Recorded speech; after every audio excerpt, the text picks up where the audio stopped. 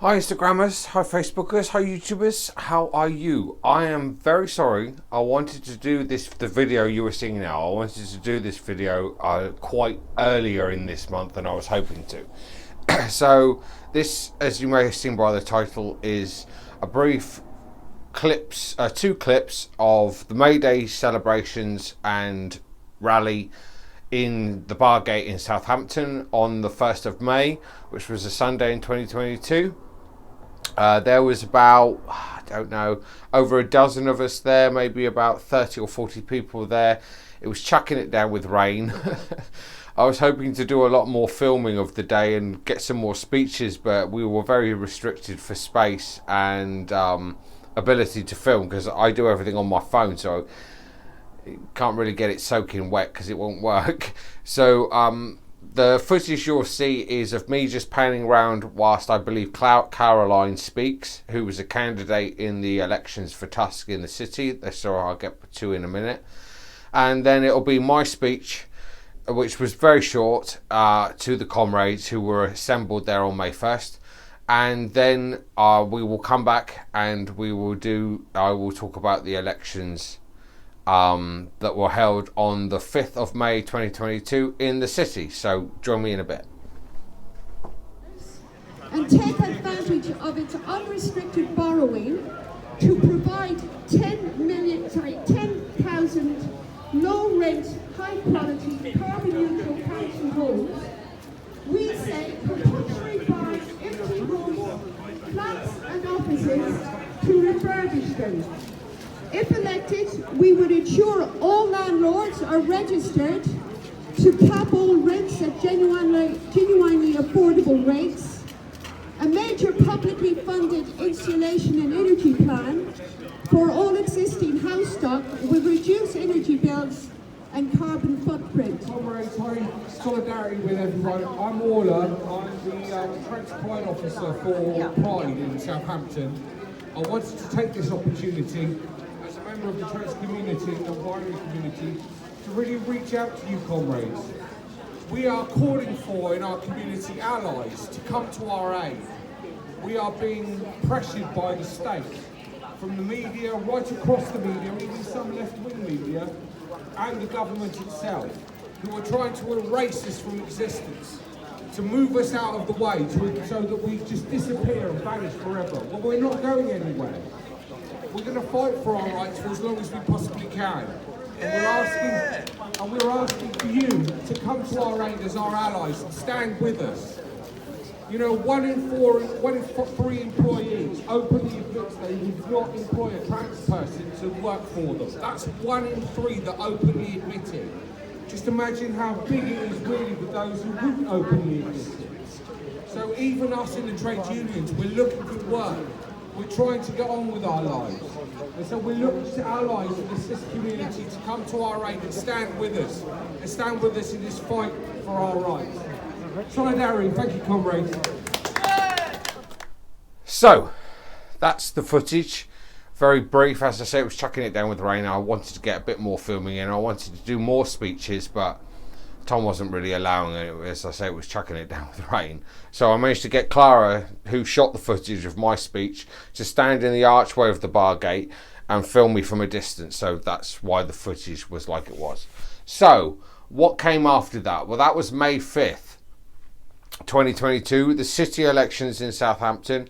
They were held in cities, boroughs and in councils all across England and Wales and Northern Ireland. And I will talk briefly here about what we did in Southampton. So in Southampton, we had about 17 candidates standing across the whole city in different wards.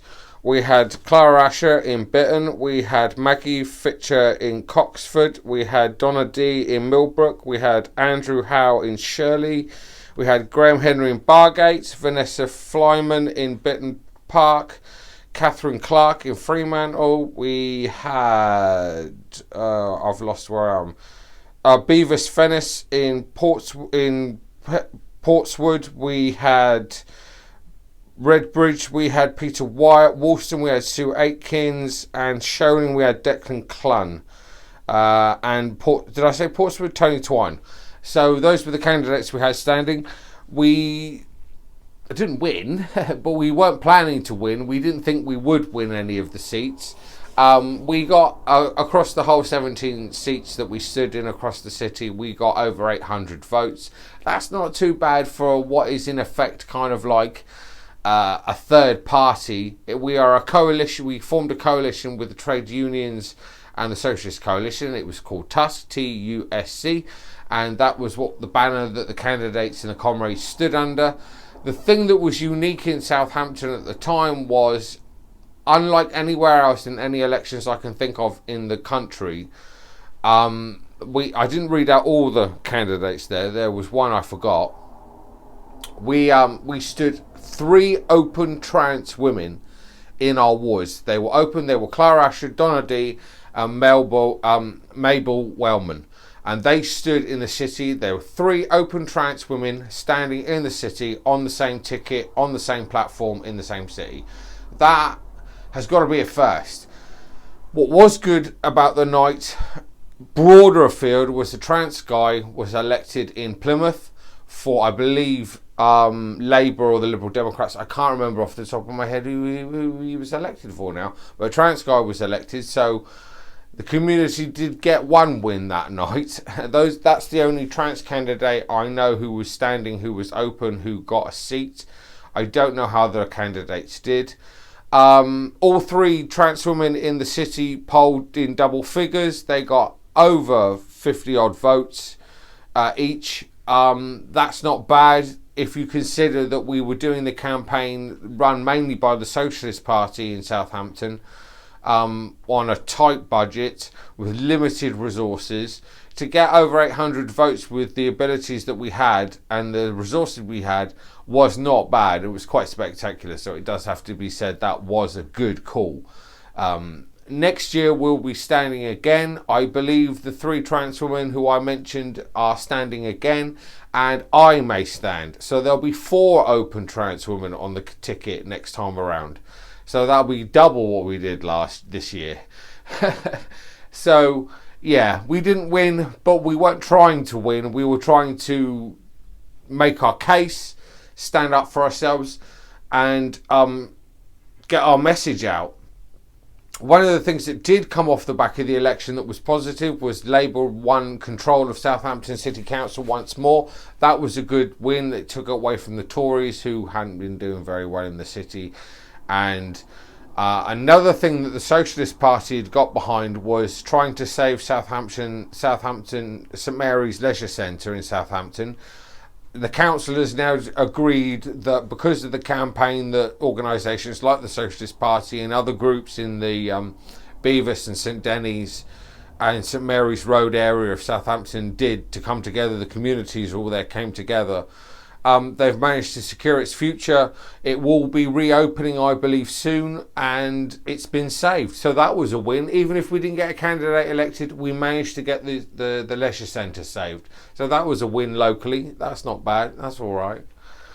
So yes, that's how it was. We went to the count on the 5th, all of us. There was me and Donna and Clara and Mabel, and me and Mabel in the end we stayed at the count for about, I don't know, a couple of hours. I wanted to go up into the press gallery and film, which is the only part of the area when the count's on that you are legally allowed to film from, which is in the press gallery. But the coordination to do that was quite convoluted. I had to phone up a media person. I had to put my credentials through. I had to then go up and say, just to get 3 seconds of footage. It was a bit.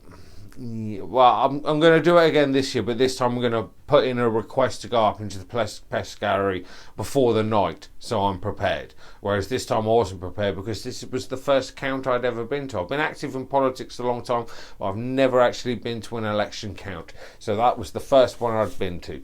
So yeah, it was an experience. Watching them all go around with their clipboards, looking over at the counters and noting off the numbers of votes coming in for them. Yeah, it was all very stereotypical. Very stereotypical. So we stayed there, and then me and Mabel, we stayed up late. We didn't go to bed until 7 in the morning on the 6th of May, because she stayed round at mine. We all kind of crashed here afterwards. And we stayed up until 7 just to get the count, just to get the last final count from Shirley. And it was worth staying up for, because in that ward, let me go back over it again, Shirley was Andrew Howe.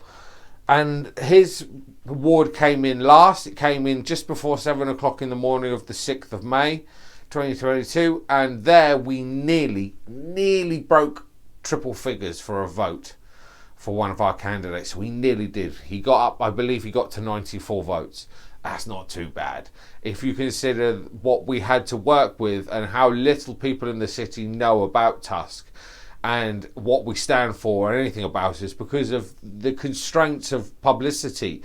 I could go into a long diatribe of what I think the parties like the Socialist Party should do about that, but that's for another day. So that was the elections. We did well. We did all right for a third party in who's not really known by anybody in the city and is basically out of left field. So we did all right. We did our bit. So thank you for watching. Please like, share, subscribe, and I'll see you again soon, people. Goodbye.